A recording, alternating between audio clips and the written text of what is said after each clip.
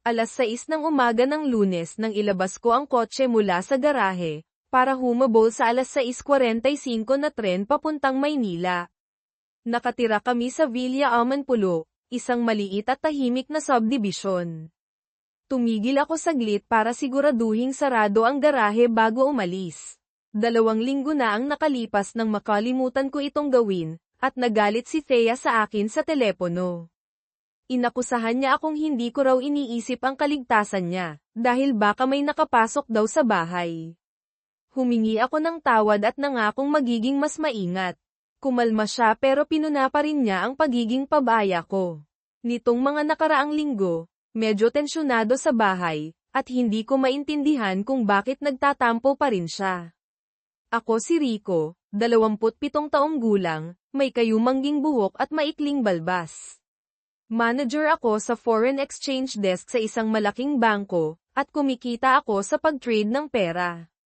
Dahil sa aking galing sa pagtansya ng tamang oras para mag-trade, 2 beses akong na-promote sa loob ng 2 taon. Si Thea, 27 din, pero mas matanda sa akin ng ilang buwan, ay may itim na buhok at mga katangiang Espanyol. Nagtatrabaho siya sa isang national medical insurance company malapit lang din sa amin, mga 25 minuto ang layo. Ang supervisor niya, si Bert, ay isang matangkad at maskuladong lalaki na nakilala ko na sa mga event ng kumpanya. Mayroon akong hindi magandang kutob sa kanya, kahit hindi ko sinabi kay Thea. Matapos kong siguraduhing sarado ang garahe, binuksan ko ang radyo, sa istasyon na gusto ni Thea. Ang unang kanta ay tungkol sa pagmamahal ng isang lalaki sa kanyang babae, pero ang pangalawa ay tumama talaga sa akin. Inilalarawan nito ang mga problema sa aming pagsasama, ang paglayo namin sa isa't isa, ang mga nasasabi naming hindi maganda, at ang aming pagtatalik na hindi na katulad ng dati. Dahil sa pagkaabala ko sa kanta, nalampasan ko ang isang berdeng ilaw hanggang sa bumusina ang mga kotse sa likod ko. Pagkatapos, pumarada ako sa isang parking lot para tapusin ang pakikinig. Saka lang ako pumunta sa istasyon ng tren at sumakay sa 6:30 na tren papuntang Maynila. Sa tren, naalala ko ang unang pagkikita namin ni Thea. Noon iyon ng Hulyo, pagkatapos ng 16 na kaarawan ko. Habang naggagatas ako, isang truck ng lipat bahay ang huminto sa kapitbahay. Namatay na ang mga sinamang Tony at Aling Nena, at lumipat na sa mga kamag-anak ang byuda. Ibinenta na ang bahay. Isang BMW ang sumunod sa truck, at bumaba sina Mang Cardo at Aling Cora. Mula sa likod, bumaba si Thea, ang pinakamagandang babae na nakita ko. Mas matanda siya sa akin ng ilang buwan, nakasuot ng maikling buhok, denim shorts, at halter top. Ngumiti siya sa akin, at nabihag ako agad. Ilang araw pagkatapos, nakita ko si Thea at ang nanay niyang si Cora sa labas. Naglakas loob ako at nagpakilala. Umalis si Cora at iniwanan kami ng iced tea, para magkaroon kami ng privacy. Mabilis kaming nagkasundo ni Thea at magkasama naming ginugol ang buong tag-init.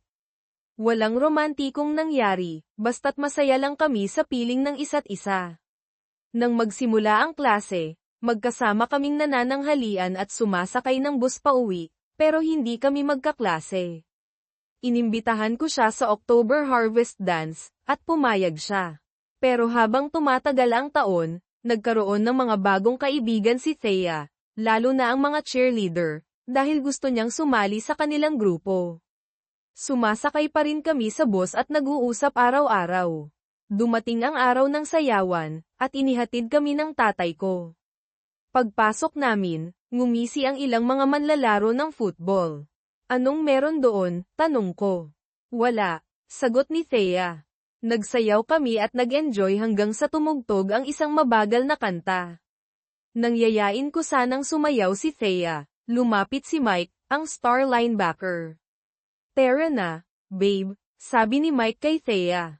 Umalis si Thea kasama niya nang hindi man lang ako tinitingnan. Nagulat ako at tinanong ko ang kaibigan kong si Leo kung anong nangyari. Iniwan ka na niya, sabi ni Leo. Sumayaw sina Thea at Mike nang magkayakap, at halatang magkakilala na sila. Nakaramdam ako ng kahihiyan. Pagkatapos ng sayawan, sumama sila sa football team, at parating nakayakap si Mike kay Thea. Natakot akong kumprontahin siya. Sabi sa akin ni Mike, akala mo ba makukuha ng isang nerd na katulad mo ang isang babaeng katulad niya? Tumawa siya at umalis. Hindi na bumalik sa akin si Thea noong gabing iyon, at nag-enjoy siya kasama ang mga bago niyang kaibigan.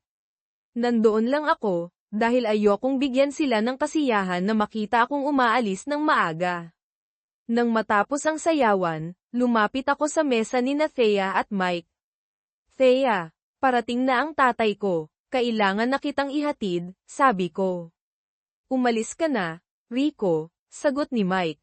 Thea, wala akong pakialam kung paano ka uuwi. Kung hindi ka sasama sa akin, sasabihin ng tatay ko sa nanay mo, at ipapaliwanag mo kung bakit ka uuwi kay Mike. Umalis ako, at wala na akong pakialam kung maglakad siya pauwi mag-isa. Sa huli, umupo si Thea sa tabi ko at sinubukang magsimula ng usapan. Nag-enjoy ka ba sa sayawan, Rico? Seryoso ka ba? Iniwan mo ako para kay Mike, kaya hindi ako nag-enjoy. Nakita ko ang kotse ng tatay ko at naglakad papunta doon. Kailangang tumakbo si Thea para humabol. Tatay ko, ramdam na may nangyari. Tinanong niya, nag-enjoy ka ba sa sayawan? Hindi ako sumagot, at mukha siyang nagtataka. Naghintay si Thea sa likod, pero umupo ako sa harap, at hinayaan ko siyang umupo mag-isa sa likod. Nagalit ang tatay ko. Bumaba ka at pagbuksan mo ang date mo, utos niya. Gagawin ko kung date ko siya, sagot ko. Ramdam ng tatay ko na may nangyari. Sumakay si Thea sa likod at nagmaneho kami ng tahimik. Nang makarating kami sa bahay ni na Thea, naghihintay ang nanay niya sa labas. Bumaba ang tatay ko, pero nanatili ako sa kotse. Mukhang nag-aalala ang nanay ni Thea. Lumagpas si Thea sa nanay niya nang hindi man lang ito tinitingnan.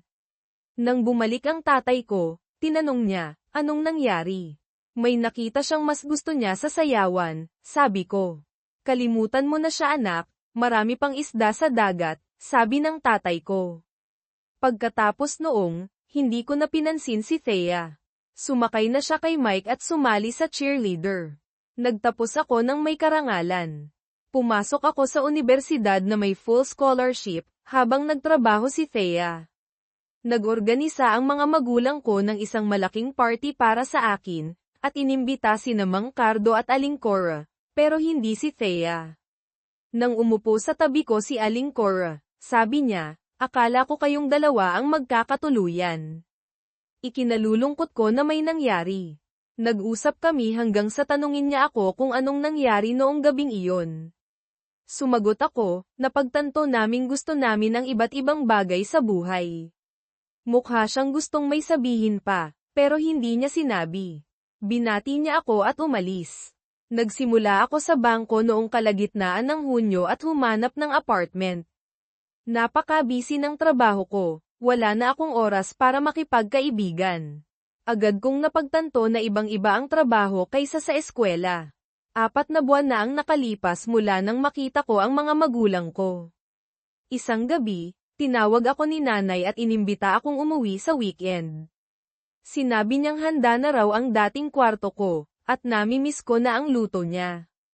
Ang pagsakay sa tren ang pinakamadaling paraan para makapunta roon, at ang bahay nila ay 8 blok lang ang layo mula sa istasyon. Habang naglalakad ako, huminto ang isang kotse at bumusina. Kaibigan ko ito noong high school, si Beth, at sumigaw, "Oy, dayuhan. Kailangan mo bang sumakay?" "Oo naman, ang init dito," sagot ko, sumakay ako sa likod. Si Leo, isa pang kaibigan, ang nagmamaneho. Nagkumustahan kami sa loob ng 4 na taon. Hindi ko alam na kayo na pala. Kailan pa, tanong ko. Ipinakita sa akin ni Beth ang singsing niya. 2 taon na, sabi ni Leo, nakangiti.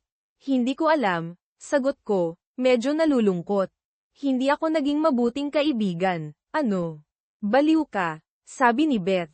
Hindi rin kami nagpakita, buhay lang. Salamat Beth, sabi ko, nakahinga ako ng maluwag. Masaya akong nakita ko ulit kayo. Pagkatapos noon, inimbita ako ni Leo sa isang party sa bahay nila sa susunod na gabi. Tumingin si Beth kay Leo, pero hindi ko maintindihan ang tingin. Oo naman, gusto ko yan. May dadalo bang ibang kaibigan natin? Tanong ko. Oo, marami, sabi ni Beth. Astig, magdadala ako ng beer. Anong oras at saan ba? 7:30 sa 135 Remedios Street, sabi ni Leo. Ibaba ako nila sa bahay ng mga magulang ko. Excited ako sa party at makita ang mga dating kaibigan ko. Sa party, kausap ko si Ken nang may humawak sa balikat ko at narinig kong sinabing, "Uy kapitbahay, tagal na nating hindi nagkita ah." Si Thea pala, mukhang maganda pa rin tulad ng dati. Mga alaala niya kasama si Mike ang sumagi sa isip ko. Bumalik ako kay Ken pero kinumpranta ako ng kaibigan ni Thea. Bastusan naman yan, sabi niya. Hindi naman kasing bastos ng ginawa niya sa akin, sagot ko. Rico, please, galit ka pa rin ba dahil sa gabing yun? 6 na taon na yun, sabi ni Thea. Oo naman, galit kong sabi sabay alis. Tumakbo si Beth para aliwin si Thea habang hinayla ako ni Leo at sinabihan akong humingi ng tawad para hindi na lumala. Kasama si Beth, nakita ko si Thea sa kusina. Pwede ba tayong mag-usap ng mag-isa? Tanong ko. Human gal ang kaibigan ni Thea pero pinayagan siya ni Beth na umalis. Pagkatapos ng ilang awkward na sandali, nagsimula na ako. Thea, sorry sa sinabi ko. Nasaktan talaga ako noong gabing yun. Siguro oras na para mag-move on. Hindi. Tama ka Rico. Ang sama ng inasal ko at deserve ko yun. Hindi pa ako humihingi ng tawad. Tatanggapin mo ba ang sorry ko ngayon? Salamat Thea. Oo, tatanggapin ko. Niyakap ako ni Thea at humalik kami ng may passion. Pumasok sina Beth at Leo. Sabi ni Beth, hindi ako makapaniwala. Honey, mukhang hindi mo alam ang ginagawa mo. Huminga ng maluwag si Leo saka sinabing, oo naman at huwag mong kalimutan yun. Nagtawanan kaming lahat at bumalik sa party. Nagsimula kaming mag-date ni Thea at pagkalipas ng 9 na buwan. Ikinasal kami. Binalik ako sa kasalukuyan ng anunsyo ng konduktor habang umaandar ang tren. Nagmuni-muni ako sa nakalipas na 3 buwan ng pagsasama namin. Kumbinsido ako na niloloko ako ng asawa ko. Parang tanga na basehan ko sa isang kanta pero nagtutugma ang lahat. Ang karaniwan kong intuit ayon ay nagpapatunog na ng mga alarm bell. Sa opisina, napansin ni Henry na may mali at sinundan ako papunta sa desk ko. Anong problema? Tanong niya. Wala, sagot ko. Kalokohan, sabi ni Henry. Hindi kita hahayaan magsugal sa pera ng bangko ngayon. Sabihin mo sa akin kung anong meron o umuwi ka. Bamantong hininga ako at umamin, sa tingin ko nagkaka-affair si Thea. Sigurado ka? Tanong niya. Hindi. Kutob lang, pag-amin ko. Madalas tama ang kutob mo. Huwag mong balewalain. Anong gagawin mo? Hindi ko alam. Ngayon ko lang nalaman. Dahan-dahan lang. Suportahan kita. Sabihin mo sa akin kung ano ang desisyon mo. Sa tingin ko hindi ka nakapag-focus ngayon. Paggiit ni Henry. Tama siya. Hinayaan ko ang staff ko na maghawak ng karamihan sa trabaho sa susunod na 2 linggo. Mukhang nag-e-enjoy sila sa kalayaan. Isinara ko ang pinto ng opisina ko at umiyak. Hindi ko maisip ang buhay ko na wala si Thea. Ang lungkot ko ay naging galit. Ang pagkumpronta kay Thea ng walang ebidensya ay magiging hanggal. Kailangan ko ng plano. Pagkatapos ng trabaho, bumili ako ng voice-activated recorders at inilagay ang mga ito sa bahay at sa mga telepono. Pagsapit ng Biyernes, mayroon na akong ebidensya ng pagtataksil ni Thea. Ang pag-uusap nila ay ganito, Bert, si Thea ta. Bakit ka tumatawag sa bahay? Paano kung sagutin ta ng asawa ko? Sumigaw si Bert, mag-iisip ako ng dahilan tungkol sa trabaho. Sa tingin ko dapat tayong magpalamig. Kumikilos ng kakaiba si Rico. Inakusahan na ba niya ako? Hindi. Pero malamig siya at malayo. Siguro dapat tayong mag-chill muna. Sige, kung sa tingin mo yun ang pinakamagandang gawin, sabi ni Bert. Pagkatapos noon nagsuggest siya, pupunta ako sa Baguio sa loob ng 2 linggo, siguro kaya kitang pakiusapan na sumama sa akin. Anong iniisip mo? Hindi ko alam. Baka maghinala si Rico. Hayaan mo munang tanungin ko ang kaibigan ko. Kung papayag siya, pwede mong sabihin kay Rico na business trip yun, tumawa si Thea. Alam ko na talaga ngayon. Nagpaplano si Thea ng 1 linggo kasama si Bert. Nalunod ako sa kalungkutan, saka naging galit. Kailangan ko ng ebidensya para sa divorce. Kailangan ng plano, pero wala pa akong idea. Dumating ako sa bahay galing sa trabaho ng 7:30 ng gabi pagkatapos ng abalang araw ng pag-trade na milyon-milyon ang nakataya sa isip ko. Habang nasa ibang lugar si Thea ay nagluluto ng dinner. Kumusta ang araw mo? Tanong niya habang hinahalikan ako. Bihira na siyang masaya ngayon. Inaasahan kong babanggitin niya ang business trip niya sa Baguio. Ginugol ko ang karamihan sa oras ko sa labas umiiwas sa kanya para pigilan ang pagsambit ng kaalaman ko sa affair nila. Sobrang hirap. Masaya akong maganda ang mood mo, sagot ko. Mayroon akong magandang balita. Mauna ka, sabi niya. Hindi maganda ang araw ko, pag-amin ko. Humadyak-jak si Thea. Inimbitahan ako na mag-attend ng seminar sa Baguio. Sagot ang lahat ng expenses sa Mindsview Park Hotel. Wala ako mula Biyernes hanggang Sabado pagkatapos.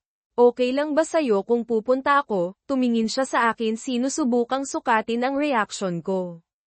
Nakita ko ang excitement pero mayroong senyales ng lungkot sa mga mata niya.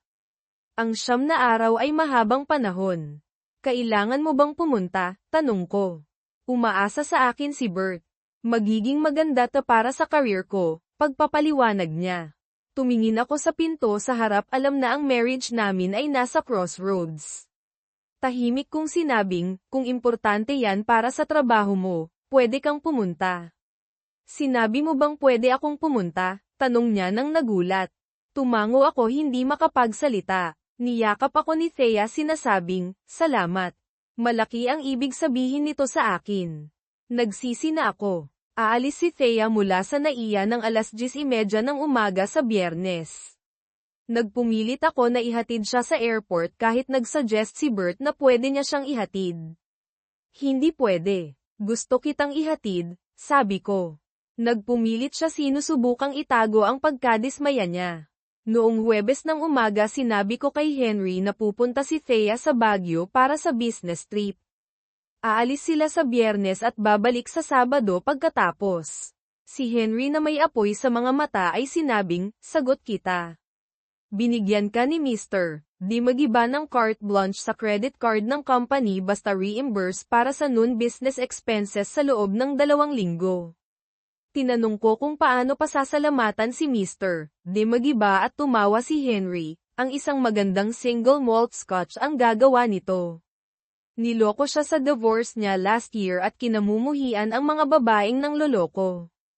Nag-take off ako ng araw para maghanda. Bumili ako ng round-trip ticket papuntang Baguio, isang top-of-the-line Canon camera, isang carry-on bag, mga bagong damit at isang cap. Hindi maniniwala si Thea, na magsusuot ako nun. Bumili din ako ng mga labaha at hair dye. Lahat ay napunta sa card ng company para hindi mapansin ni Thea. Handa na ako sa trip ko. Hayaan na magsimula ang mga laro. Sa bahay noong gabing yun tinanong ko si Thea para sa itinerary niya. Aalis siya sa 10:30 ng umaga mula sa NAIA sa PAL Airlines. Magstay siya sa room 314 sa Mindsview Park Hotel. Si Bert ay nasa magkaibang room. Nag-book ako ng 1:30 ng hapon na flight 3 oras sa likod niya at kumuha ng room sa parehong hotel umaasa na hindi makita na nagche-check-in. Gumising kami ng maaga sa Biyernes para marating ang airport ng 8:30. Tahimik ang biyahe. Sinubukang magsalita si Thea pero masyado akong upset alam na hinahatid ko ang asawa ko sa isang affair. Okay lang ba sa'yo na sasamahan ko siya sa trip na sinabi mo na okay lang sa akin? Tanong niya. Alam ko ang sinabi ko pero ang realidad na mawawala ka sa loob ng 9 na araw ay dumadagdag sa akin. Mamimiss kita, sagot ko. Naiintindihan kita, miss din kita. Magiging mahaba at malungkot na 9 na araw, sabi niya. Siguro para sa akin. Siguro ikaw ay nasa glamorous na hotel na sa Baguio. Ungol ko. Tumawa si Thea. Karamihan ay trabaho hindi bakasyon. Gumawa kami ng small talk at nagpark sa short-term lot sa PAL curbside check-in. Nakita namin si Bert na naghihintay. Sinulyapan ako ni Thea para sukatin ang reaction ko. Lumapit si Bert, hinalikan ang pisngi ni Thea at inalok ang kamay niya sa akin. Ngumiti ako at nakipagkamay sa kanya. Tinatago ang galit ko. Thea, dapat naming makuha sa security. Masaya akong makita ka, Rico. Aalagaan ko ng mabuti si Thea, sabi ni Bert. Tumingin ako sa kanya at sumagot, alam ko ang ibig mong sabihin. Ngumiti ako kay Bert at sinabing, salamat sa pag-aalaga sa kanya. Lumiwanag ang mga mukha nila at pumunta sila sa security. Nauna si Bert at papunta na si Thea para iabot ang ID niya sa isang TSA agent nang hinayla ko siya pauwi nang hindi nagpaalam. Nagtanong si Thea, yamakap at hinalikan mo ako syempre. Gaano ka kawalang malasakit? Niyakap ko siya ng mahigpit.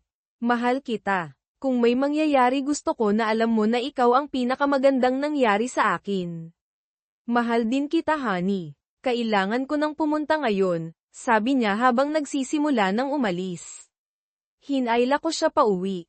Thea, alam ko ang sinabi ko na okay lang pero ayokong pumunta ka. Hindi pa huli na sabihin kay Bert na hindi ka pwedeng pumunta at umuwi sa akin. Hindi ko pwedeng umatras ngayon na bili na ang mga tickets at kailangan ako ni Bert. Alam ko na nagiging selfish ako, hindi ko lang gustong pumunta ka. Kailangan din kita, Nam. Kailangan kong pumunta, huwag mo akong pigilan. Nakakomit ako sa trip na magiging malaking tulong ako kay Bert. Hindi ko siya pwedeng biguin. Tumingin siya sa akin at halos nagsalita pero pagkatapos naglakad papunta sa gate at nag-abot ng lisensya niya sa agent. Namiss ko ito at sigurado ako na naisip ni Thea ay dahil mamimiss ko siya. Naglakad ako papunta kung nasaan naghihintay si Bert at pinanood si Thea kasama ang TSA agent. Mukhang naguluhan siya pero binuo ang sarili niya sa oras na marating niya kami. Naglakad sila papunta sa X-ray machines at pinanood si Thea na tanggalin ang mga sapatos niya at ilagay ito sa bin.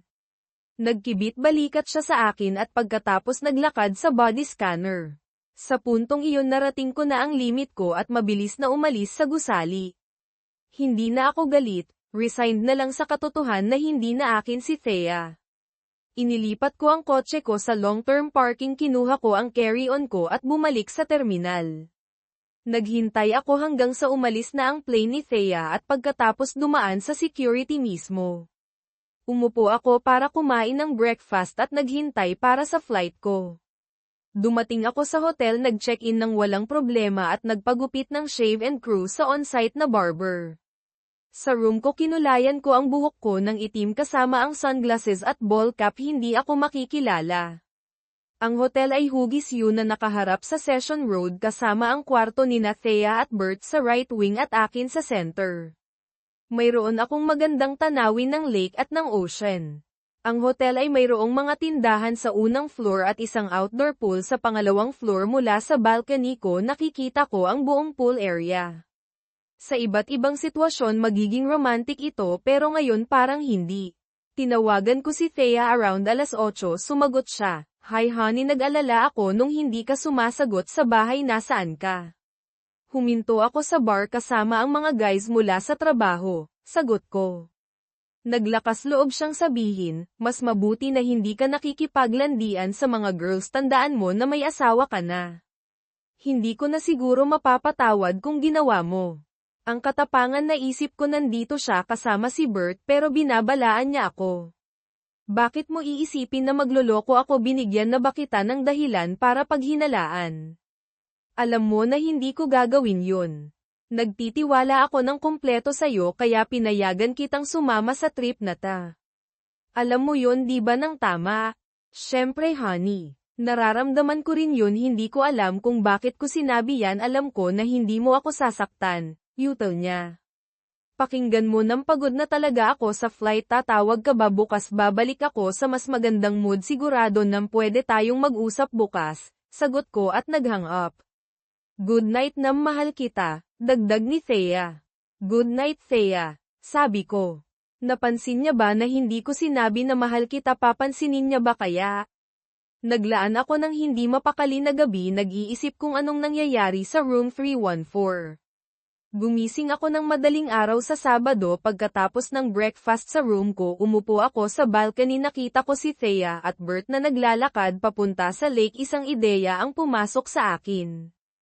Inilipat ko ang dalawang malaking fake plants sa balcony at naglagay ng upuan sa likod nila. Pagkatapos isinet up ko ang camera ko at tripod, tinatago ang lens sa mga dahon para mapanood ang pool area nang hindi napapansin. Si Thea at Bert ay nagpapahinga na sa mga chases at nag-uusap. Nakaharap si Thea sa braso ng Yun na naglalaman ng room nila, nakasuot ng bagong pulang bikini na nagpapakita ng cleavage niya at mataas na hiwa sa ilalim na halos hindi tumatakip sa kanya.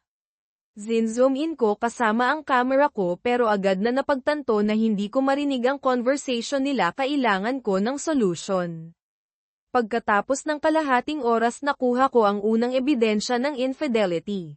Sumandal si Bert, binuksan ang ulo ni Thea at hinalikan siya. Sinagot ito ni Thea, hinayla siya sa leeg. Naghalikan sila ng 4 na beses sa susunod na oras bago tumayo para umalis. Habang naglalakad sila na magkahawak kamay, malinaw na magkarelasyon sila. Pinatay ko ang camera at bumalik sa room ko, nalunod sa kalungkutan. Determinado na marinig ang mga conversation nila, naghanap ako online para sa mga spy stores at nakahanap ng malapit. Nagpanggap bumili ako ng mabilisan ng parabolic microphone na pwede mag-connect sa camera ko sa room ko. Sinet up ko ito katabi ng camera, handa para sa susunod na opportunity. Gumising ako ng nagulat noong Linggo ng umaga ng 10:00 nang nakatulog ng mahimbing pagkatapos ng mahaba at nakakapagod na araw. Nag-alala akong baka may namiss akong isang bagay, pero pagkatapos nakita ko si Thea at Bert na naglalakad palabas ng Luneta Park, binuksan ko ang camera at mic, gumawa ng tawag kay Thea at pinakinggan LED habang tumatawag ang phone niya. Kinukumpirma na gumagana ng perpekto ang microphone. Sino ito? Tanong ni Bert. Si Doofus, sagot ni Thea nang tumatawa. Tumawa din si Bert. Biglang nag-alala si Thea, sinabing, dapat kong sagutin to, baka may masamang nangyari. Bakit siya tatawag sa akin sa Linggo ng umaga? Sinagot niya ang phone. Okay lang ba ang lahat? May nangyari? Tanong niya.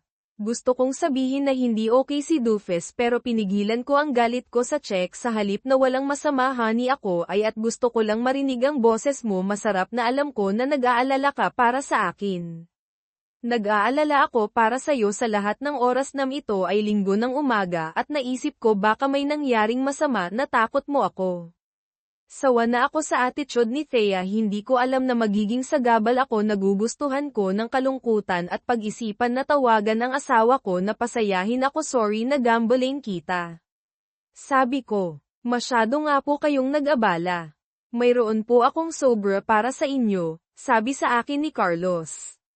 Sa loob ng sobra ay may sulat. Thea, paalam na, day.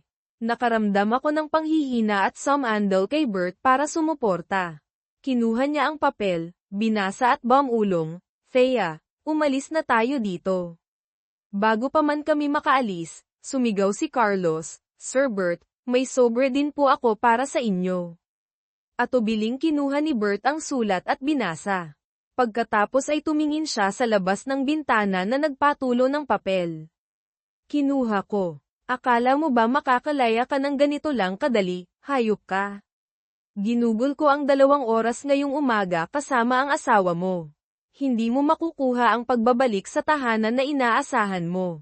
Ipinakita ko sa kanya ang lahat ng aking mga katibayan. Simula pa lamang ito, gagawin kong impyerno ang buhay mo. Nakatitig pa rin si Bert sa labas ng bintana. Kinuha ko ang mga litrato at mga liham at inilagay sa aking pataka. Kinuha ni Carlos ang telepono at sinabi, narinig mo ba ang lahat? Ang lahat ba ay ayon sa inaasahan mo? Maraming salamat po, sir. Iyon ba ang asawa ko? Tanong ko. Ngumiti si Carlos pero walang sinabi. Umalis na tayo. Mayroon tayong eroplano na dapat abutin, sabi ko kay Bert. Sa daan papuntang airport, tinawagan ko ang nanay ko at hiniling sa kanya na sumama sa akin sa NAIA. Hindi ba susunduan ka ni Nam? Tanong niya. Hindi ko alam. Nag-away kami at nagagalit siya sa akin. Thea, ano ba talaga ang pinag-awayan ninyo? Tanong niya sa isang naghihinalang boses. Wala kang dapat alalahanin, pagsisinungaling ko. Iyan ay walang saysay, dapat malaki ito kung hindi niya ako tatawagan sa loob ng 3 araw. Diyos ko, Thea, ano ang ginawa mo?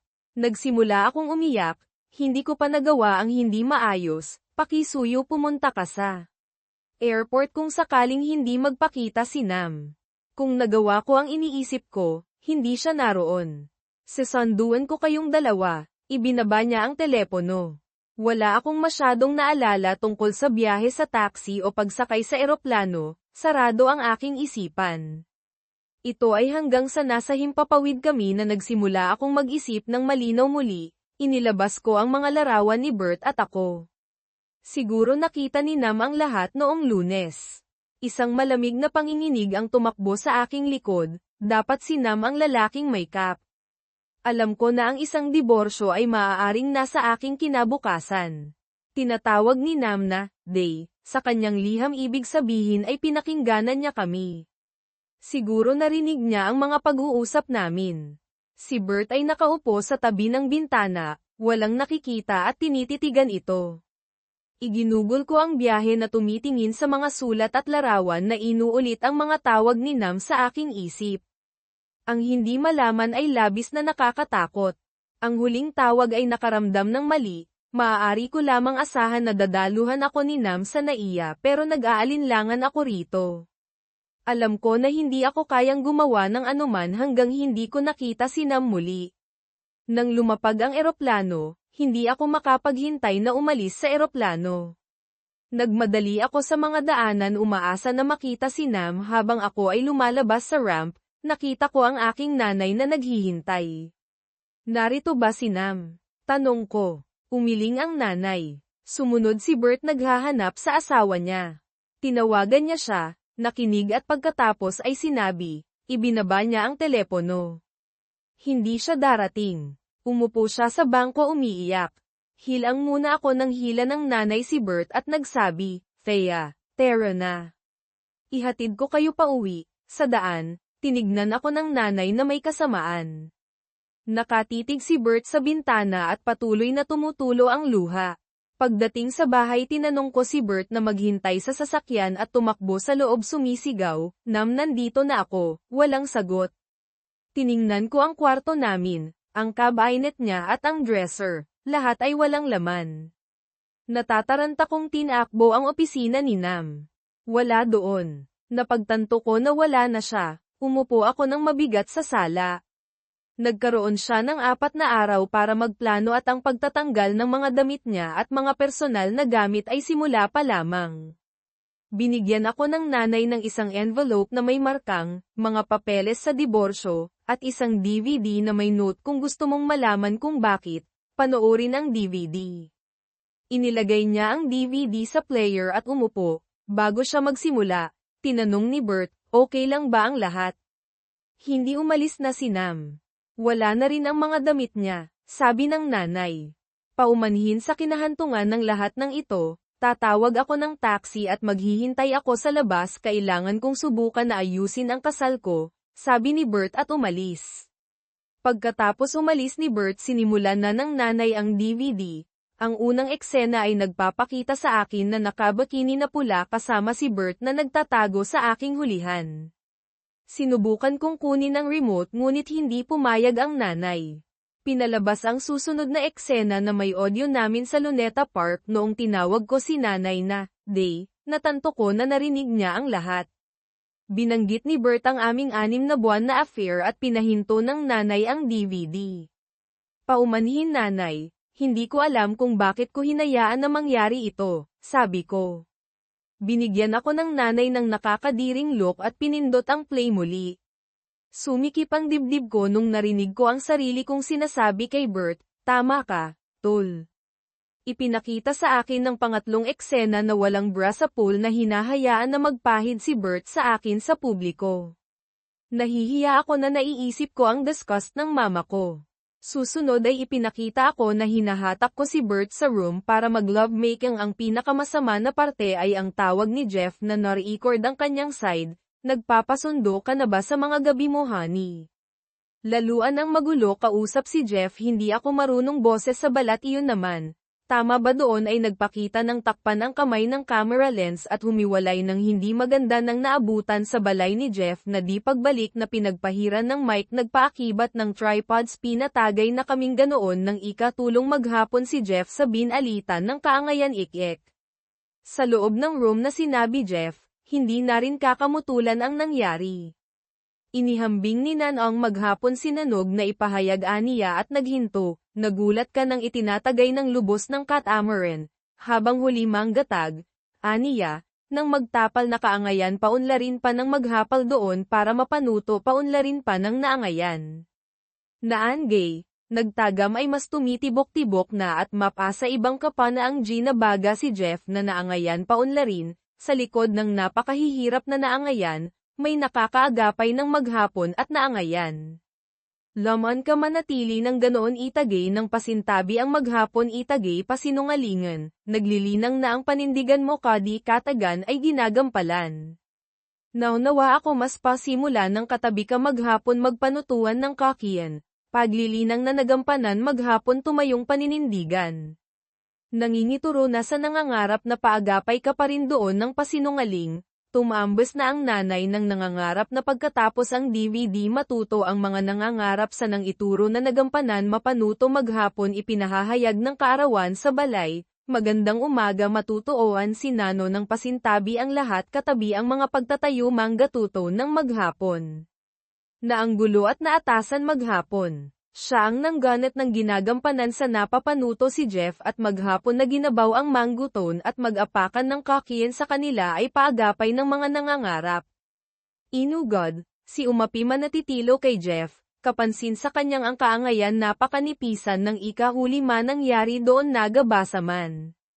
Sa nangitotoo ng ang kakiyan mas hihigit pa doon kung kailan nagsaangit na ng matapat kay Thea. Hindi ako nagpapakatumpal na nagagapay kami kung kailan hindi mapagkakatiwala ang nagagabay kami. Pagkalaban kaya Nathan na kadi katagan man ni isang ang katibayan maalin pa ay pas siya para sa ang kaangayan. Umalis na, aniya, at iniyakap siya, nagtatalaga, nag-uugnay ay nangititilo kung kailan pa mapangangalandakan matuto ang magkaakiyan. Huwag pa sinungalingan itatangi na malimutan. Pumasok ko kayo, tumitig matuto na nangitotoo kay Thea, namangga totoo ng kabaw sa sinabi ng napakahihirap na naghiling-hiling manghiling na matatag. Nanindigan kami nagtatay kung saan mangangarap kadi katagan ang maghapon at nagpa siya sa karagdagan kay Jeff, hindi pa sinungalingan maging kapareho pa ng manangay bata manangay na negal inang matatag kay kaayuhan. Nang hiling ako magtatag nang nagpagugol na maingat sa maaga, hiyangan sa Jane Abby manood ika, sinabi niya nang nakakainis na tinig. Sinanangod mas pasimula ng matapat, hindi nagtatalaga, sa kaangayan pa, may pasakakian tumabi. Ikahuli ng gabi pagkatapos ng itapat ng makatagpuod naghiling ka na magpatoto ang nakakainis. Sa katapusan, ako sa ikadadalas niyang kinatitibukan mananatili nang naisin mo maghapon nang ang kaangayan doon manatitili na hindi mananaisin.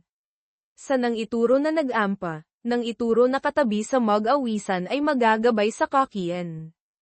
Ipinahayag maghapon aniya ang kadali matuto matapat na mapakitan. Matuto rin kayanin mo mapagkagutoman itakda ang maaga. Maraming natutuhan ka pa na awan. Humihingi ako ng tawad. Hindi sinasadya. Ang alam ko lang, kailangan kong ayusin ang mga bagay at magawa ang papel ko bilang asawa. Umiling lang si Nam at bumangon sa kinauupuan. Akala ko aalis na siya at nakikita ko na ang pagbagsak ng aming kasal. Lumamon sa akin ang desperasyon at bigla akong tumayo na tumamba pa ang silya. Tumakbo ako papunta kay Nam, niyakap siya ng mahigpit at nagdada, Huwag kang umalis Nam, huwag mo akong iwanan. Bahagya niyang ipinulupot ang kamay niya sa akin at marahan na hinaplos ang buhok ko. Ilang sandali, inilagay niya ang kamay niya sa balikat ko at dahan-dahan akong inilayo para tignan ang mga mata ko. Sa tuwing iniisip ko ang future natin, nakikita ko tayong magkasama. Isang bahay na may puting picket fence, 2 anak na lalaki at isang anak na babae na katulad mo na gustong-gusto kong spoilin. Animadayan ko tayo na nagpaplano ng mga kasal, nagse-celebrate ng mga anniversary at tumatanda ng magkasama. Ang pag-ibig natin ang susuporta sa atin sa mahihirap na panahon. Ngayon, nakikita ko lang ang malaking itim na butas sa dati may pag-ibig. Nakikita ko ang nanlulumong kadiliman ng buhay na wala ka. Humakbang siya paatras at sinabing, kailangan ko nang umalis. Mayroon akong dapat gawin. Huwag kang umalis, marami pa tayong dapat pag-usapan. Hindi. Kailangan kong magsulat ng thank you letter.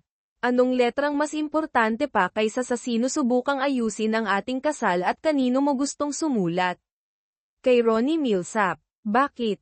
Anong kinalaman niya rito? Tinulungan niya akong itapon ang mapanlokong asawa. Tumalikod siya at naglakad palabas ng pinto, sumisipol ng isang tono na kalawnani na laman kong, a stranger in my house. Pagkalipas ng 5 taon, pinakiusapan ako ng asawa kong ay parada ang kotse sa harap ng bahay. Pupunta kami sa bahay ng mga magulang ko para sa isang Memorial Day cookout. Lumabas ako sa likod na pinto, dinaanan ang bagong gawang garahe na gawa sa lata hanggang sa bangin na tanaw ang beach sa ibaba. Sa kabila ng Long Island Sound, ang baybayin ng Connecticut. Hindi na ako nakatira sa inuupahang bahay sa Villa Amanpulo, kundi sa lumang bayan ng Muttondown. Pagbilang sa garahe, kailangan kong pumili kung aling kotse ang dadalhin sa bahay ng mga magulang ko. Tumigil ang tingin ko sa garahe number 5. Pinindot ko ang remote at pinanood na tumaas ang pinto at inilalantad ang pinakabagong acquisition ko. Isinara ko ang pinto at sinimulan ang makina, gustong-gusto ang tunog ng mabisang itinayong muli na 300 at 90 V8 Ford engine. Nang lumabas ang kotse sa garahe, ibinaba ko ang way at nagmaneho papunta sa bilog na daanan sa harap ng bahay. Lumabas ako at hinangaan ang pinakabagong pinagmamalaki ko at kagalakan, 1,961 Ford Thunderbird. Convertible na may nagniningning na chrome na itim ang pintura, loob at bubong. Diyos, napakaganda niya. Binuksan ng asawa ko ang pinto at sumimangot. Hindi pwedeng sumakay si baby at ako na nakababa ang way. Kailangan mong itaas. Bumantong hininga ako at sinabing, okay. Itataas ko pero mas cool kung nakababa ang way. Kung gusto mo pa akong sumakay dyan na nakababa ang way ko ulit, mas maganda kung itaas mo na yan ngayon. Biglang bumalik sa isip ko nang una kong nakuha ang kotse at nagmaneho kami na nakababa ang way. Hinayla ang way niya pababa at mabilis kong pinindot ang button para itaas. Ngumiti ng may pagmamalaki si Nod dahil alam niya kung paano niya pinamumunuan ang malaki niyang kapangyarihan sa lovemaking. Nakilala ko si Nod 2 buwan bago matapos ang diborsyo ko kay Thea. Ang isang bagay na napagkasunduan ni Mr. Di Magiba, ang presidente ng bangko at ang kanyang ex-wife ay ang inampon nilang bata mula sa Romania.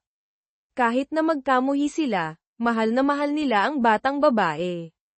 Ang mga Di Magiba ay nagpapatakbo ng isang charity para tulungan ang mga ulilang Romanian. Alam kong inaasahan akong mag-attend ng $1,000 kada plato na fundraiser dahil naging paborito ako ni Mr. Di Magiba.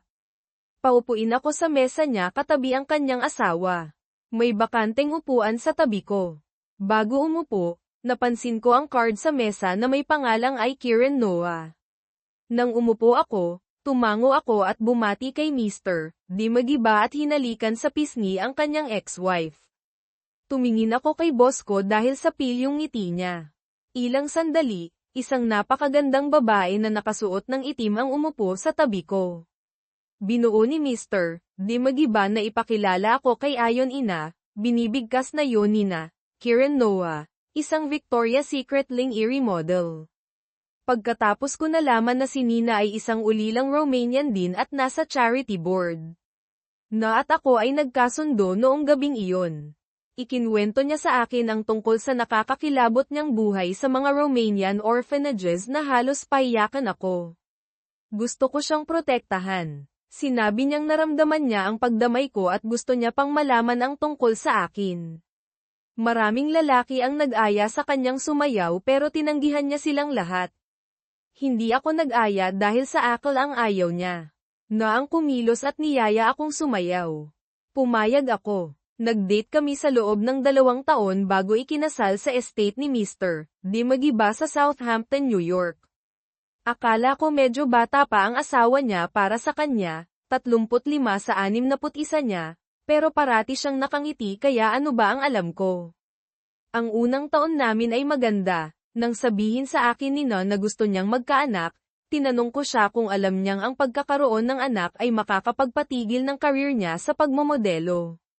Tumingin siya sa mga mata ko at sinabing, ang isang bagay na pinakagusto ko sa mundo ay magkaroon ng anak sa'yo. Malaking ngiti ang lumabas sa mukha niya habang dumadagdag, siguro mas marami pa sa isa. Ngumiti rin ako at nag-suggest na simulan na nating subukan ngayon. Nagtawanan kaming pareho at tumakbo papunta sa kwarto. Pagkalipas ng 1 taon at kalahati, ipinanganak ang anak naming si Nam Jr. Pagkatapos ilagay ng maayos si Nam Jr. sa car seat, sumakay na kami sa kotse. Ang hindi stock na parte lamang ng T-Bird ay ang air conditioner na ipinakabit ko. Mula sa karanasan, alam kong ayaw ni Non na masira ang buhok niya pagkatapos magbihis. Mas gusto pa niyang sumakay sa 100 degrees na init kaysa mayroong isang hibla ng buhok niya na lumihis sa lugar. Dahil sa AC, mas naging kaaya-aya ito para sa aming dalawa. Nang naglalakad kami papunta sa bakuran ng tatay ko kung saan siya nagi-grill, nagulat ako nang makita sina at nanay niya na kausap ang mama ko. Sina nagdadala kay Junior ay nagpunta sa mesa at umupo. Mabilis na kinuha ng mama ko ang paborito niya at nag-iisang apo mula kay Na. Pumunta ako kay Itay at tinanong, anong ginagawa nila dito? Sabi ni Itay, hinaan mo ang boses mo, inimbita sila ng mama mo. Siya at ay naging malapit simula nang mamatay si Frank. Siya lang mag-isa kaya inimbita rin siya ng nanay mo. Alam mo nang napakahirap sa kanya na alisin ang mapanlait na si pagkatapos kayong magdiborsyo. Alam ko na pinakasalan niya si pagkatapos kong makilala si. Hindi ko naisip na ganun siya katanga. Yan ang ginawa na niloko ka sa Bobong Beckman na yan. Sigurado ako na magdidiborsyo sila, pero ibinalik siya ng asawa niya, mayroon naman siyang 2 anak na aalalahanan at dapat gumawa ng pinagkaiba. Sa loob ng mahabang panahon, nag-hire ako ng pay para bantayan siya. Sa tuwing malapit na siyang magkaroon ng trabaho, sinisigurado kong kumakalat ang salita na masama siyang empleyado at natatalo siya. Nagpatuloy ito hanggang sa malaman niya o ng asawa niya na ako ang nasa likod ng masamang swerte niya. Tinawagan ako ni Jane Beckman na umiiyak tungkol sa ginagawa ko sa kanya, inunahan ko siya sinabihan kong magiging madali na kay Bert. Kinuha ko ang anak ko mula kay Na at binati sina at tapos naglakad ako papunta sa bangko malapit sa labasan ng kusina ng mga sandali sinundan ako mula saan nagpapalam na may hawak si Jeff. Malaking ganti sa aming katotoohan kay titing na kay titing ang mata ng nagmamala-alala. Marating, si Umapi kaaagpay kay binatatan habang nagtatay ang ginaatilihan. Pusong nang ang sinasaysay ko si Aling nangagayunan na mahiling na ginatatakan, binating pangilin. Mapanutuan man, ikapagbibintangan sa paglilimbag sa magkapamumura, sinabi maghapon mas pasimula nang naglilitaw ang katapatan maghapon nagtatagan at na isang kakiyan naghiling sa atin at nakibaka na umakbay kami naghiling para sa sinumang pagkalibon naghiling na malituhan. Mahusay na nakatakda ka maging mapatunayan ng kabayalan sa pagpapanutuan ng kaangayan ikarapat-rapat na naghiling manghiling na magpagampanan. Tinayatayuan na kaagapay man sa nangititilo, tinandang naglitawan na kay kaayuhan, hindi naglilitaw, sa pasintabi na malituhan nagiging kaligayahan magkaalukan sa akin. Sinuloy mo na pagtatapa ang nagagabay sa iyo nang magtanong ang hindi nag-ugnayan nagtatala para maglingkod. Sa hinagilapan hindi nagiging naglalagi sa sakay kaayuhan panghapyawan paunlarin nagkalinga ay nakibaka na nagpahimok na natatagunan. Hindi ka paano naman sinasabi sa napangiti at nagtataka na pagpatunay ng naglilitawan sa akin kay kayang kaayuhan na bubuhol nigel inang nakatumbok ng nangyato ninyo.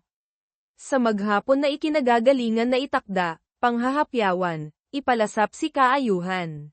Binatik-batik na ang katulakan, tumatapat.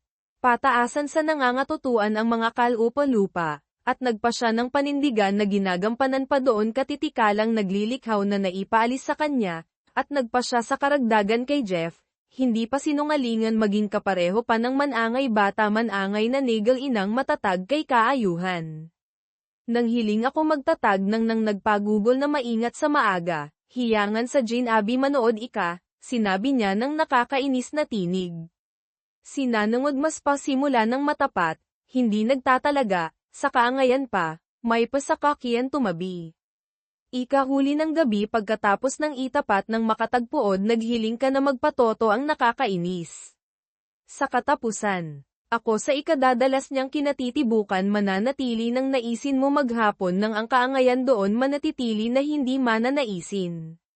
Sa nang ituro na nag-ampa, nang ituro na katabi sa mag-awisan ay magagabay sa kakian. Ipinahayag maghapon aniya ang kadali matuto matapat na mapakitan. Matuto rin kayanin mo mapagkagutoman itakda ang maaga. Maraming natutuhan ka pa na awan. Nang mga sandaling lumipas, nakita ko ang mga sasakyan niya. Wala akong karapatan pa para itulak pa ang kanyang napakatagalang buhay kung saan niya ako tinanggap. Sinarado ko ang kotse ang ibinalik ang aking pagmamaneho papunta sa mga dapit hapon. At ngayon ang ginantimpala para sa kapatawaran ang naisulat ng hindi man naghihintay ng pagkalipas kung saan may mga posibilidad. Nagugulahan ako sa pagiging totoo ang baguhin na hindi ko siya kinainis-inisan sa kititigan at ang tumpak na napakahirap. Nagpakita ng mga maging pagtatapos para sa akin at sa kanya. Nang makarating kami sa kani-kanilang mga tahanan sinabi ni Nay sa akin, dapat rin magpalit na tayo ng ngalan pang panglimang garahe. Kung paano ipasa iyong, tanong kayo sa paanan sa pagiging kawalang kibo. At ipabatid mo kayo ang gintong pagtitiis ng pasiyahan magpasya. Nangyaring mag-iisang pagkakataong pangyayari. Nagsabi siyang maawian habang nagiging mas tumatagal ng ikaliliwanag ika-rating sa pasinunuran. Anong ipasa? Napapalitan paunlarin magpaganda doon na nagtatagumpay sa katagumpayan mga ragdam maging kabahagi aniya maghiling paanarin ng ikapitong bukod pa. Nagpatakbo na ganoong kasaguan na kasaksi paunlarin ng sino man ikinahihiya ikaroon ng ikapahalagahan sa maghapon manggatuto, manginangaw na mahirap ay inihahayag panghuli at pangitutudtudang nagpapabeya para sa mga matitinik ang kaalaman ay nagagawa. Nagsabi na hindi nagtatangi sa kay anino, sa ganoong pagkaaliw. Nagpapakilala hindi na lumiliko sa matitingal iwan maglalaro na manirahan at ang maghapon ay nagpapatuktok panglimbag ang kayamanan, mga panaginip at kabutihan at pagmamahal. Nagpatuyo na ako sa kaibigan niyong tapat habang ikinagisnan pang malaki. At sa hindi na nagpakitang kayamihan sa kani-kanilang paghihiwalay ay binabelang si Anino ng magkarugtong para hindi na sinisiraan. Iyo sina ikinayamanan na sa kanya doon ng kinagisnan mo kung hindi ka manumbalik na sa kanya ay doon ng magagayong tumaya sa kaibigan mo, paunlarin. Kay inyo, tapos na, sinabi ni Nay sa akin, sa tingin ko, dapat tayong magpalit ng ngalan sa ikalimang garahe. Kung paano ipasa iyon, tanong ko. Gawa nito, ito ang dinalhan sa atin ng pagkakataong magmahal ng isa uli. Gawa ng katotohanan, ginintuan. Tumanggi ako sa kanyang mga mata, ang napakaraming pangako. Sumusumpang ang gabi, binasa ng kinabukasang panahon ang maligaya. Bago pa ako matantone, sa ganoong kadali ang puso ng mayroon. Lalapit na lang ako. Sa katapusan, si Elena ay malapit ng manganak, ngunit siya ay binugbog ng kanyang asawang si Teryo, na nagdulot ng kanyang pagkakuha. Ang kanyang biyenang babae, si Imelda, ay hindi rin mabait, sinasaktan niya si Elena sa tuwing may pagkakataon. Si Elena ay nabuhay sa gayong walang pusong pamilya ng kanyang asawa sa loob ng 7 taon, ngunit ngayon ay ayaw na niyang magtiis pa. Gusto niyang pagbayaran ni Teryo at Imelda ang kanilang mga kasalanan. Dati, si Elena ay isang sikat na host na may magandang kinabukasan, ngunit pagkatapos ng kanyang kasal, isinantabi niya ang kanyang karera upang maging buong pusong alaga sa pamilya ng kanyang asawa. Gayunpaman, ang buhay sa isang mayamang pamilya ay hindi kasing simple gaya ng inaakala niya. Sa simula pa lamang, hinamak na ni Imelda si Elena dahil sa kanyang mahirap na pinagmulan. Naniniwala siyang si Elena ay naghahangad sa kayamanan ng kanilang pamilya kaya sinubukan nitong akitin ang kanyang anak. Sa makatuwid, palagi siyang naghahanap ng paraan upang pahirapan si Elena. Tuwing gabi bago matulog, kailangang maghanda si Elena ng isang tasang mainit na tsaa at personal itong ihatid sa kama ni Imelda, pagkatapos ay sabihin ang, "Good night po." Pagkatapos lamang nito matutulog ng mapayapa si Imelda. Ngunit hindi pa doon nagtatapos, bago matulog, sasabihin ni Imelda kay Elena ang almusal na gusto niyang kainin at hihilingin sa kanya na ihanda ito. Dahil pinili ni Elena na magpakasal sa isang mayaman, kinailangan niyang lunukin ang pait. Upang mabili ang hilaw na isda na gustong kainin ni Imelda, kailangang magtakda ng alarm si Elena ng 4:00 ng madaling araw. Gumising siya ng maaga para tumakbo sa palengke ng seafood sa ibang lungsod upang pumili ng pinakasariwang isda. Pagdating sa bahay, hindi niya pwedeng ipagawa sa mga katulong ang trabaho, kailangan niyang linisin ang isda ng mag-isa bago ito ihain sa mesa. Gayunpaman, ipinapalagay pa rin ni Imelda na ito ay natural lamang. Ang manugang na babae ay para utusan. Si Teryo ay mas malala pa.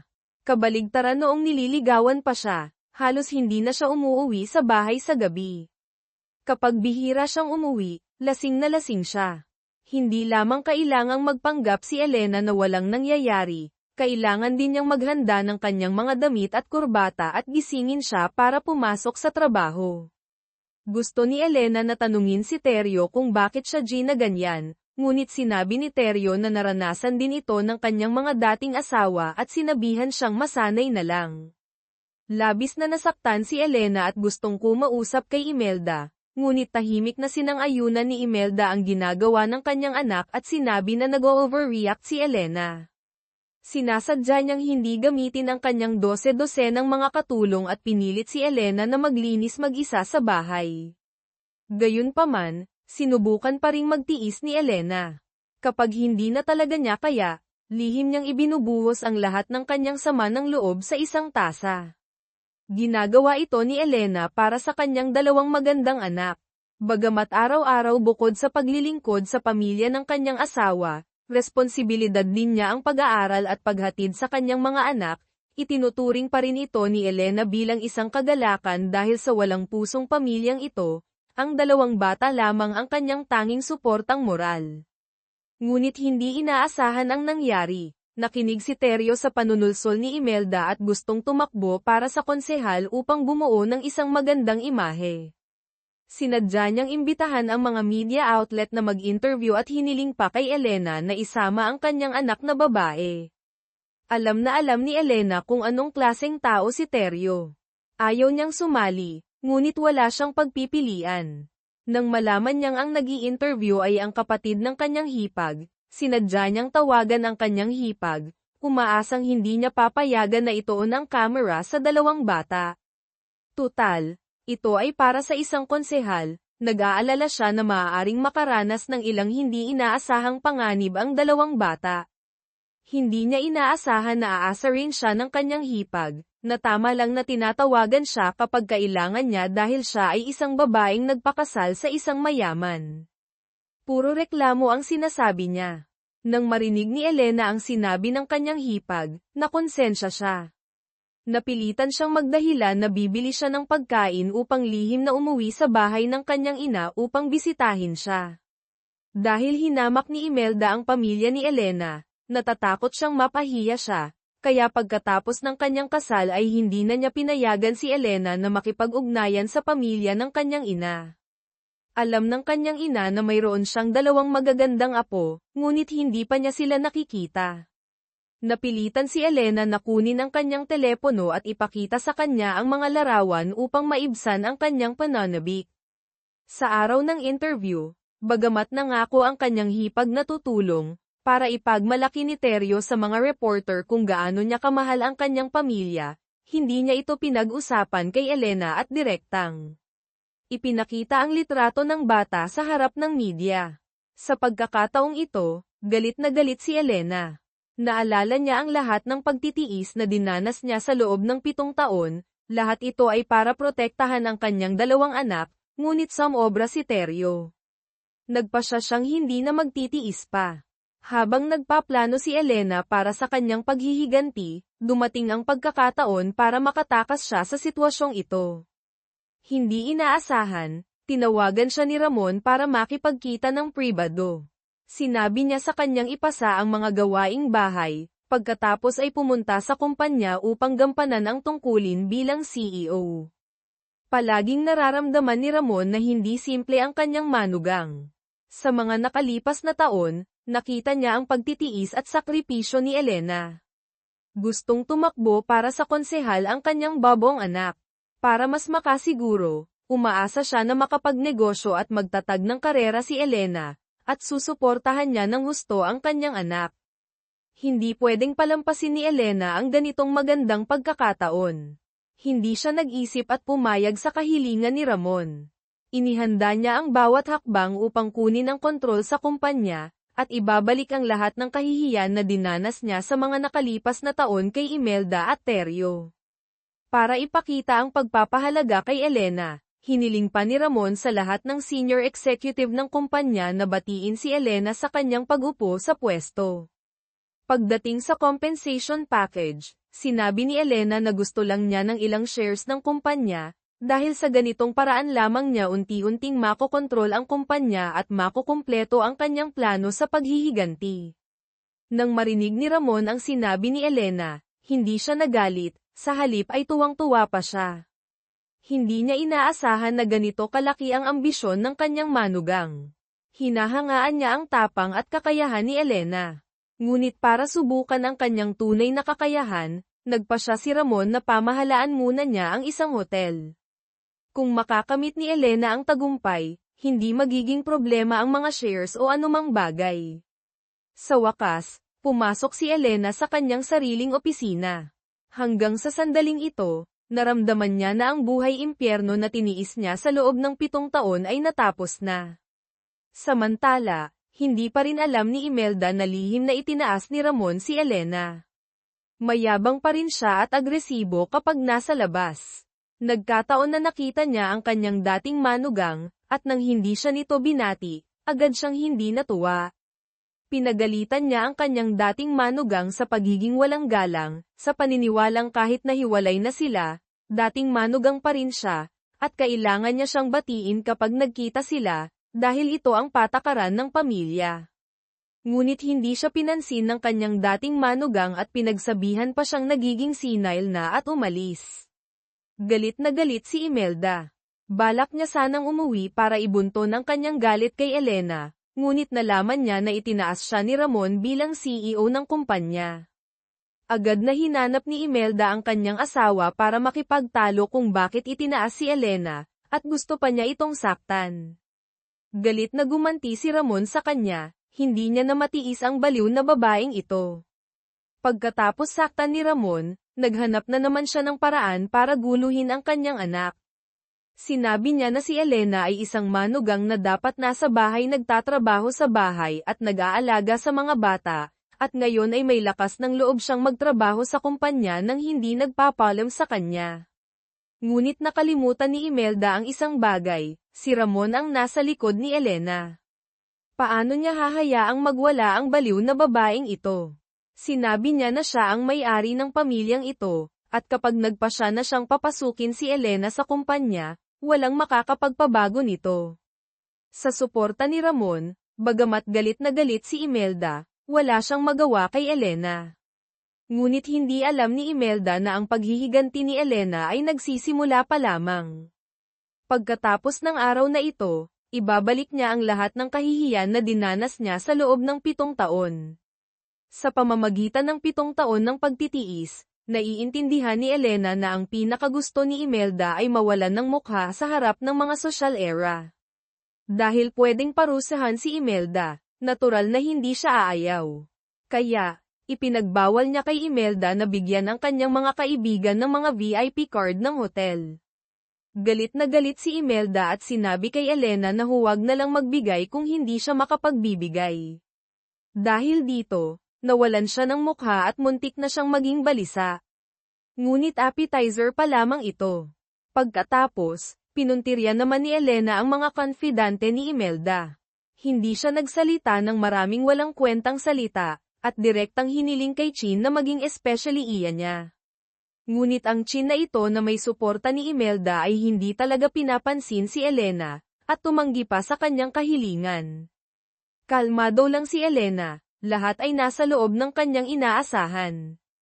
Direktang naglabas siya ng isang set ng mga dokumento sa loob na naglalaman ng ebidensya na si Chin at ang kanyang boyfriend ay nagnanakaw ng mga ari-arian ng kumpanya. Kung hindi siya papayag, ilalathala niya ang mga ebidensyang ito. Sa harap ng banta ni Elena, napilitan si Chin na lumipat ng kampo at naging especially iya na isinaayos ni Elena sa tabi ni Imelda. Pagkatapos gawin ang lahat ng ito, pakiramdam pa rin ni Elena na hindi pa sapat. Pagkatapos, ipapabayad niya kay Imelda ang lahat ng kanyang gastusin sa hotel, dahil umaabot sa 10 bilyon ang ginagastos niya sa hotel bawat taon, kaya hindi magkakaroon ng kita ang hotel. Galit na galit si Imelda. Gusto niyang gamitin ang hotel ng kanyang pamilya kahit paano niya gusto. Naglakas loob ba si Elena na utusan siya? Hiniya pa niya siya sa pagiging isang probinsya nang hindi nakakaintindi sa marangyang pamumuhay ng mga mayayaman. Ngunit habang pinagsasabihan niya si Elena, nagsalita si Ramon. Itinaas niya ang kanyang 2 kamay para suportahan ang ginawa ni Elena, at lalo niyang hinangaan ang pagiging desidido ng kanyang manugang. Pagtingin sa kanyang asawa sa kanyang tabi, naisip niya na pareho silang mga babae, bakit ang laki ng agwat sa kanilang dalawa? Sa harap ng matigas na paninindigan ni Ramon, kinailangan ni Imelda na lunukin ang kanyang galit, hindi na siya kasing mayabang gaya ng dati, natatakot siyang masaktan na naman. Ang hindi inaasahan ni Elena ay kahit na sa labas ay pumayag si Chin na maging especially iya niya, sa likod ay sinabi niya ang lahat kay Imelda. Alam ni Elena ito pero hindi siya natakot. Alam na ni Imelda ang lahat at gusto niya ito, dahil nakikipaglaban siya sa kanya. Pagkatapos, sinamantala ni Elena ang kapangyarihan sa kanyang kamay at inilipat si Chin sa isang malayong sangay. Galit na galit si Imelda nang malaman ito, ang mahirap na manugang na dati niyang inaapi ay naglakas loob na siyang maliitin. Kailangan niyang ipakita kay Elena kung sino siya. Sa malakas na suporta ni Ramon, naitalaga si Elena bilang direktor ng kumpanya. Sa kanyang unang araw sa opisina, direkta niyang tinanggal ang mga unang, matatanda, ng kumpanya. Agad na nagsumbong si Imelda sa kanyang asawa nang malaman niya ito. Sinabi niya na si Elena ay angkop lamang na manatili sa bahay upang maglaba at magluto, paano malalaman ng isang probinsyana kung paano magnegosyo. Ngunit hindi inaasahan, hindi lamang hindi nagalit si Ramon, ngunit tumawa pa ng malakas. Sumang-ayon siya sa ginawa ni Elena. Ang hotel na iyon ay palaging lugi sa loob ng 5 taon, ang pangunahing dahilan ay ang mga matatandang ito ay umuupo lamang at tumatanggap ng sahod, palaging iniisip kung paano kikita. Hindi siya naglakas loob na gawin ito noon, ngunit ginawa na ito ni Elena ngayon. Lalo pang naisip ni Ramon na ang kanyang manugang ay isang henyo sa negosyo.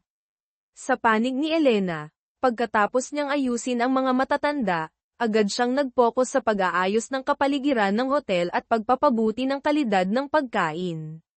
Nang makita ni Imelda na maayos na gumagana si Elena, galit na galit siya, dahil hindi niya pwedeng hayaan si Elena na umupo sa kanyang ulo. Nakaisip na naman siya ng masamang plano, dahil hindi siya pwedeng makialam sa kumpanya, sisirain niya mula sa pamilya.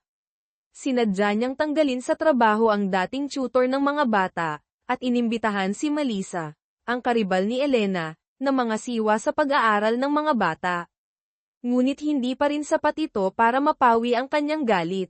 Alam niyang abala si Elena sa kumpanya, sinadya niyang magtakda ng bagong patakaran. Hiniling niya kay Elena na gumising bandang 3 hanggang 4 para maghanda ng almusal, at responsable din sa pag-aalaga sa kanyang bagong manugang. Sa ngayon, hindi pa rin ganap na nakokontrol ni Elena ang kumpanya, hindi pa oras para maghiganti kaya napilitan siyang sumunod. Mula nang dumating siya sa pamilya ng kanyang asawa, napansin na ni Cecilia ang mapanghamak na tingin ni Imelda. Ang dahilan ay dahil masyadong probinsyana ang kanyang pananamit, hindi siya nagustuhan ni Imelda. Sa tuwing nakikita ni Elena si Cecilia, naaalala niya ang sarili